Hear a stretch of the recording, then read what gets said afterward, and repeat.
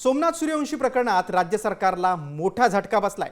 हायकोर्टाचा निर्णय कायम ठेवत दोषी पोलिसांवर गुन्हे दाखल करण्याचे आदेश सुप्रीम कोर्टाने दिले। त्यामुळे सोमनाथ सूर्यवंशींचा मृत्यू पोलीस कोठडीतच झाला असून त्याला पोलीसच जबाबदार असल्याचं स्पष्ट झालंय।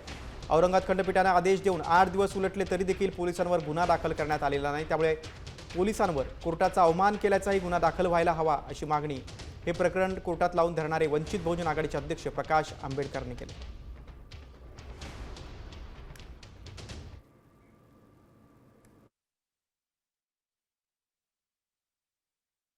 हायकोर्टाने 1 आठवड्याच्या आतमध्ये FIR दाखल करा अशी ऑर्डर होती।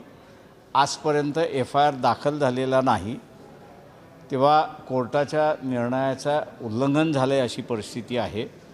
तेव्हा कोर्ट आता कंटेम्प्ट पोलिसांच्या विरोधात काढणार का हे त्याच्यातलं महत्त्वाचं आहे। हायकोर्ट काढणार की सुप्रीम कोर्ट हायकोर्ट काढणार।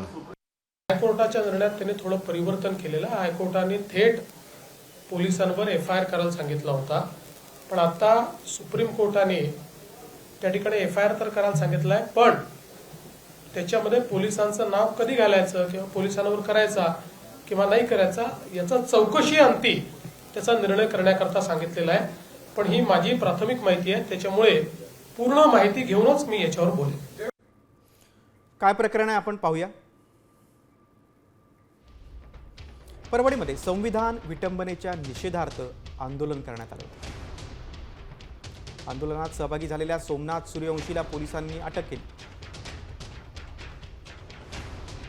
न्यायालयीन कोठडीत सोमनाथ सूर्यवंशीचा संशयास्पद मृत्यू झाला आणि पोलिसांच्या मारहाणीमध्ये सोमनाथचा मृत्यू झाल्याचा कुटुंबियांचा आरोप आहे। हृदयविकाराचा झटका आल्यानं मृत्यू झाल्याचा पोलिसांचा दावा आहे। हृदयविकाराचा दावा फेटाळत हायकोर्टाचे आता पोलिसांवरच गुन्हे दाखल करण्याचे आदेश आहेत।